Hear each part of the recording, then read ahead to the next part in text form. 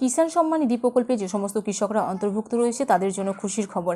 কিষাণ সম্মান নিধি প্রকল্পে নতুন একটি বিজ্ঞপ্তি উঠে এসেছে ইতিমধ্যেই, যেখানে বলা হয়েছে যে আপনাদের 23তম কিস্তির টাকা আপনাদের অ্যাকাউন্টে কবে সরাসরি আসতে চলেছে।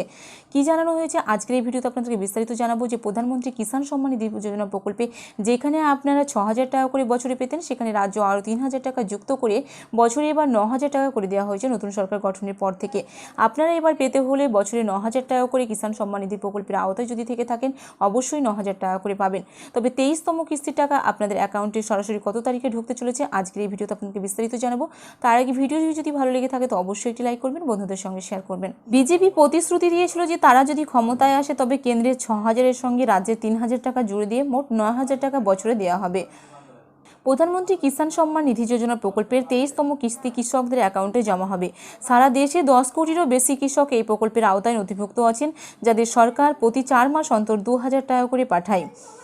সবশেষে 22তম কিস্তিটি 13ই মার্চ 2026-এ পাঠানো হয়েছিল, যার পরে কৃষকরা এখনও 23তম কিস্তির জন্য অপেক্ষা করছেন।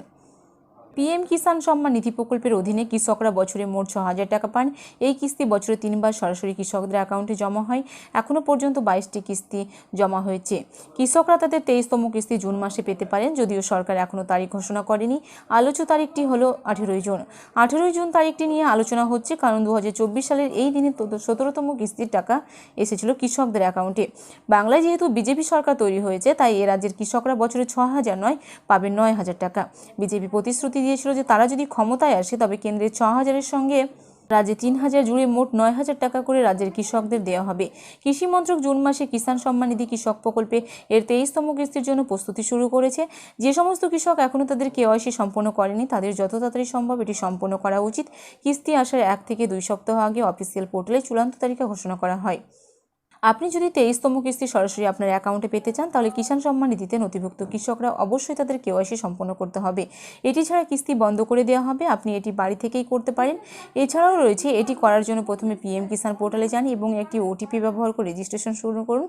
এরপরে সরাসরি সুবিধা স্থানান্তরে যাতে কোনো সমস্যা না হয় তা নিশ্চিত করতে আপনার ব্যাংক অ্যাকাউন্টটি অবশ্যই আধারের সঙ্গে লিঙ্ক করতে হবে এবং এনপিএসসিআই এর সঙ্গে সংযুক্ত করতে হবে। আপনার পিএম কিষাণ সম্মান নিধি অর্থাৎ প্রধানমন্ত্রী কিষাণ সম্মান নিধি যোজনা প্রকল্পে যে সমস্ত কৃষকরা অন্তর্ভুক্ত রয়েছেন অর্থাৎ যারা টাকা পান তাদের জন্য কিন্তু অত্যন্ত খুশির খবর আসতে চলেছে যে আপনারা 22তম কিস্তির টাকাটি পেয়েছেন 13ই মার্চ, কিন্তু 23তম কিস্তির টাকা এখনও পর্যন্ত কৃষকদের অ্যাকাউন্টে আসেনি।